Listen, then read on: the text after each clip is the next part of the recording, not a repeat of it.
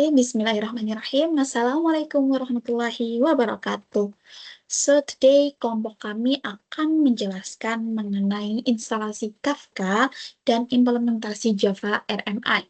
Sebelumnya, perkenalkanlah kelompok kami terlebih dahulu. Saya sendiri Atika Mutia Sanila.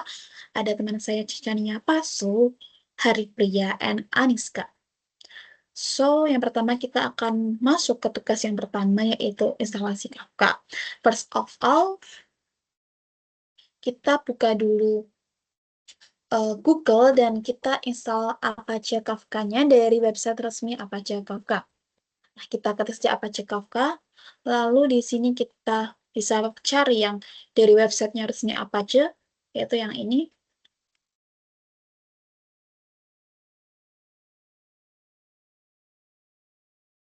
Lalu kita dapat klik download Kafka. And then we can download the latest version. Yaitu kita di sini versi terakhir dari ini adalah 4.1.1. Kita bisa saja download yang binary download. Kita dapat download, tunggu sampai dia terinstall terlebih dahulu.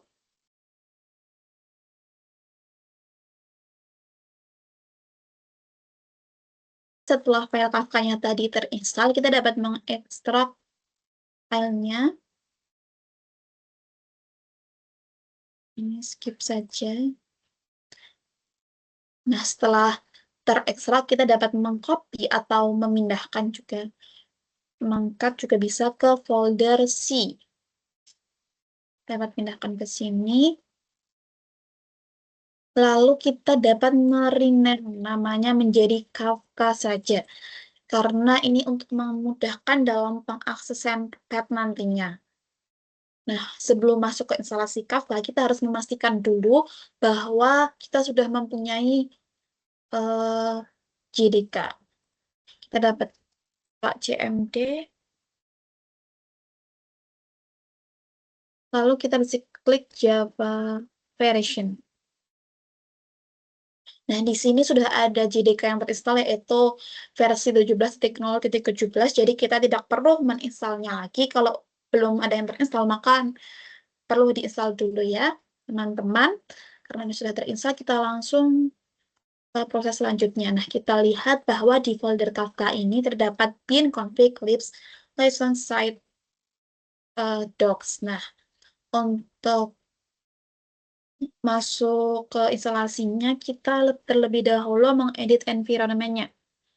Kita bisa mengetikkan di pencarian, klik environment, lalu environment variables, kita di bagian pad ini bisa kita klik edit, lalu tambahkan padnya yang bin dari Kafka tadi. Kita bisa cari di sini, di PC,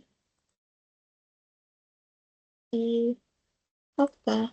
Nah, folder yang kita tambahkan ke pad ini yang bin ini ya. Nah, ini sudah tertambahkan. Nah, kalau sudah klik OK. Lalu langkah selanjutnya yaitu kita mengubah konfigurasinya logs directory path. Mengubah konfigurasi di bagian server. Ini bisa kita edit. Nah, lalu kita bisa cari log.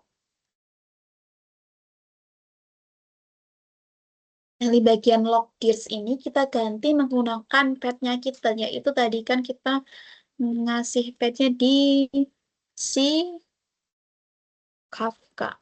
Nah, pastikan ini menggunakan slash-nya yang ke sini. Setelah ini bisa kita save. Nah, langkah selanjutnya itu generated across secara ID. Nah, kita bisa jalankan perintah ini di CMD.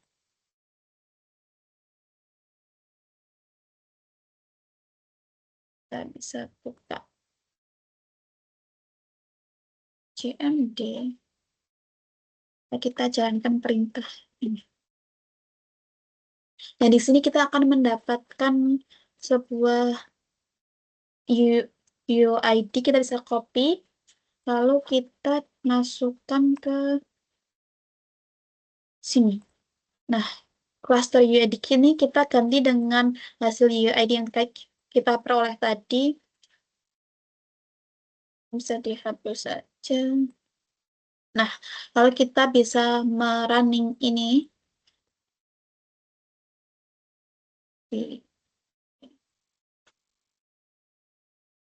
Nah, setelah itu kita bisa menjalankan start the Kafka server.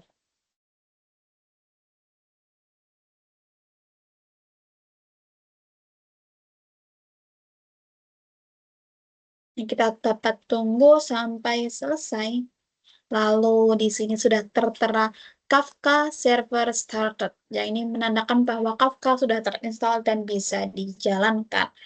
Nah, itu dia untuk instalasi Kafka-nya.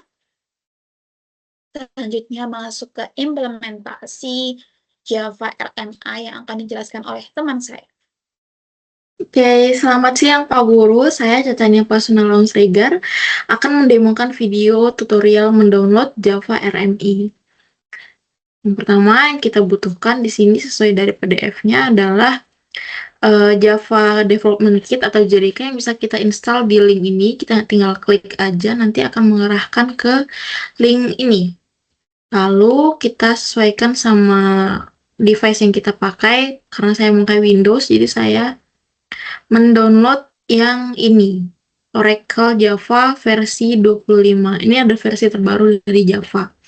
Tadi saya sudah download dan bisa kita lihat di sini. Kita buka saja foldernya. Lalu kita klik kanan, kita extract all, lalu kita simpan di drive C.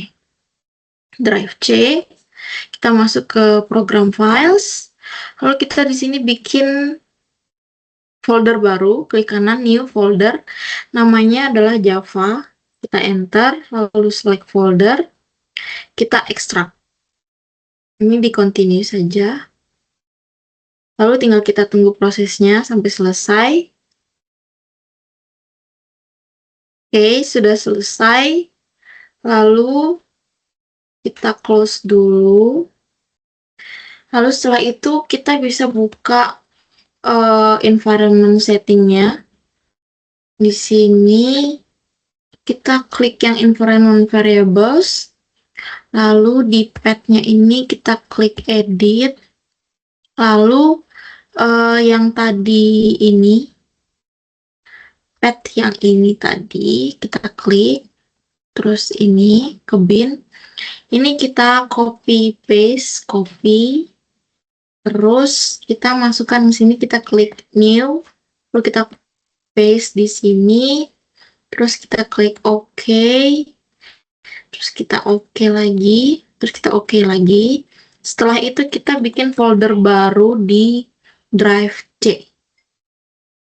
Nah, kita di sini klik kanan, new folder, namanya adalah RMI.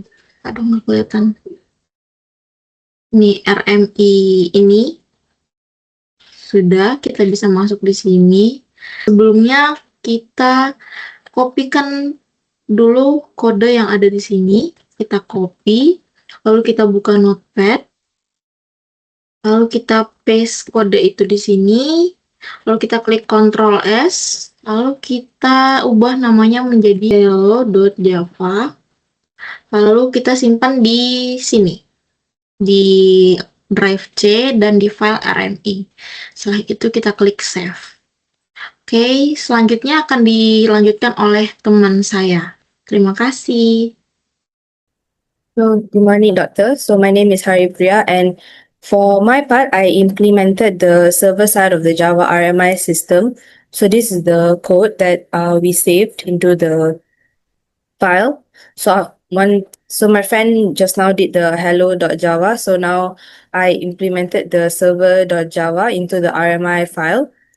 And then, so once you save it, so basically, this server class implements the remote interface hello, which defines the method that can be remotely called by the client. In this main method, the server recreates an instance of the remote object, exports it using a unicast remote object, which makes it accessible for remote communication. So the server then connects the RMI registry and binds the remote object using under the name hello, allowing the clients to locate it. So when we try to call it, we try to run. So basically, first I call the file. So once we call the file, and then we run the server hello.java and also server.java. So once we call it, and then you can see that it says server ready. So that's all for my part. So thank you very much. So thank you. Hello, my name is Aniska Ganapati, and today I'll be demonstrating the Java RMI client server. So in this demonstration, we're basically using the Java RMI, which stands for Remote Method Invocation. So it is basically enables a program on one machine to call method on an object, running in another program, just as if the objects were local. So over here, you can see this is our RMI project, basically. Here we have the remote interface, the server, and the client. So basically, here, as you can see, this is what we're working with. This is the Hello Java, the server, and the client. Okay, so I've run the code earlier, to avoid my laptop crashing again. So in tab 1 here, you can see that we first start the RMI registry, which acts like a directory service for our remote objects. Okay, so by using this code. On to the next one here, the tab. So I first run the Java cpdist server, and it will show the output that the server is ready. So the server will create an instance of our hello object. It exports it and then registers it with the RMI registry under the name hello. So after that, basically I'll run the Java cpdist client again, and the output will show this response, hello world. So but what it does is that the client connects to the RMI registry, looks up the hello object, and calls the say hello method and receives a response from the server. Okay, so that concludes our demonstration, and thank you for watching.